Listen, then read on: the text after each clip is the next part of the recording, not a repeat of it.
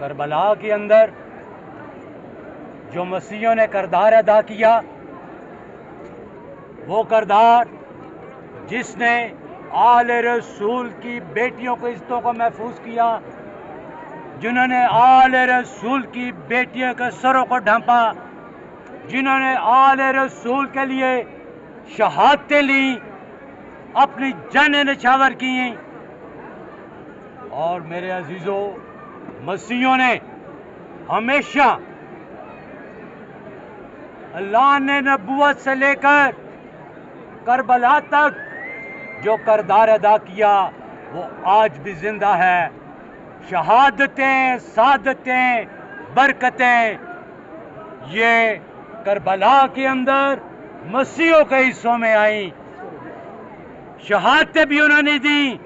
آل رسول امام حسین تو صرف اپنی بہنوں، بیٹیوں اور دیگر 18 ممبر تھے. شہادتیں تو 72 تھی. شہادتیں کنہوں نے دی؟ جانصاروں نے. شہادتیں کنہوں نے دی؟ مسیحیوں نے.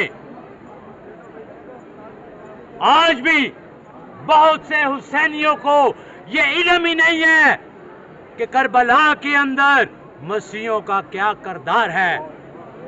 مسیحیوں نے اپنی جانیں نچھاور کی آل رسول کی بیٹیوں کے لیے، اپنی شہادتیں لیں، اور سر مبارک بھی امام حسین کا مسیحیوں نے اپنے پاس رکھا. بے شک اس کے لیے انہوں نے اپنے 7 بچے قربان کیے. اور سعادت عظیم بھی مسیحیوں کے حصوں میں آئی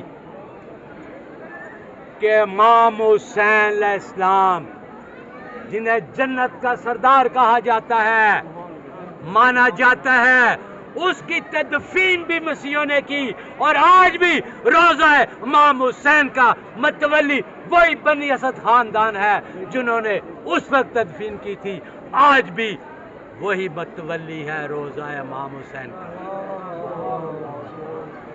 پیغام کیا ہے؟ پیغام محبت کا، امن کا، مظلومیت کا. مسیحیوں نے ظالم کا ساتھ نہیں دیا تھا، مسیحیوں نے مظلوم کا ساتھ دیا تھا. کربلا کا کیا پیغام ہے آج کے اس دور میں؟ پیغام کربلا امن، محبت، احسار اور قربانی کا ہے. آج قربانی دی امام حسین علیہ السلام نے. امام حسین علیہ السلام کا نام آج بھی زندہ ہے، اور جنہوں نے قربانی لی اس کا کوئی نام لیوا نہیں ہے. یزید کا. یزید کسی بھی دور کا ہو، کیا کہیں گے؟ یزید آج کے دور کا ہو یا اس دور کا ہو، یزیدی سوچ وہی ہے. اور حسینی سوچ آپ دیکھ رہے ہیں. مسیحی بھی یہاں ہیں، ہر طبقہ فکر سے، ہر مذہب سے لوگ یہاں موجود ہیں. اور روزہ رسول کے اندر کوئی قدغن نہیں ہے. روزہ امام حسین کے اندر کوئی قدغن نہیں ہے کہ یہ مسلمان ہے، یہ کون ہے، یہ ہندو ہے، یہ سکھ ہے، یہ مسیحی ہے. حسین کا روزہ سب کے لیے ہے. حسین سب کے ہیں. آج ہم یہ بھی دیکھتے ہیں کہ پاکستان میں کچھ لوگ تو جلوس روکنے والے ہوتے ہیں. آپ اس جلوس میں شریک ہیں اور پیغام دے رہے ہیں، کیا کہتے ہیں؟ جلوس یہ احتجاج ہے، یہ جلوس نہیں ہے. پوری دنیا کے اندر آج احتجاج ہو رہا ہے اس یزیدیت ظلم کے خلاف.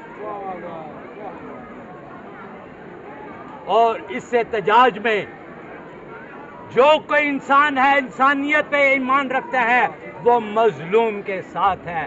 اس لیے دیکھ رہے ہیں اس مظلوم احتجاج کے اندر ہر مذہب شامل ہے. یہ احتجاج کس کے خلاف ہے؟ یزیدیت کے خلاف، ظلم کے خلاف. یزیدیت کس طرح کی شکلیں رکھتی ہے؟ یزیدیت کی سوچ ہے، شکل نہیں ہے. یزیدیت سوچ کا نام ہے. اور وہ سوچ کوئی بھی اپنا سکتا ہے، کوئی بھی بنا سکتا ہے. آج بھی یزیدیت قائم ہے، آج بھی قائم ہے. یزیدیت ختم نہیں ہوئی، اس کے لیے ہمیں جد و جہد کرنی پڑے گی، جس طرح کربلا کے اندر کی آئندہ بھی اسی جد و جہد کو۔ مسلمانوں کے لیے کیا پیغام ہے؟ مسلمانوں کے لیے پیغام یہ ہے کہ وہ آپ حضرت محمد صلی اللہ علیہ وسلم کی سیرت النبی پہ عمل کر لیں، مسلمان اسوائے رسول پہ عمل کر لیں، تو یہ جو تفریق پائی جاتی ہے، یہ جو نفرت پائی جاتی ہے، یہ نفرت ختم ہو جائے گی، حسینیت ہی رہے گی۔ واہ واہ واہ واہ، کیا بات ہے، کیا بات ہے۔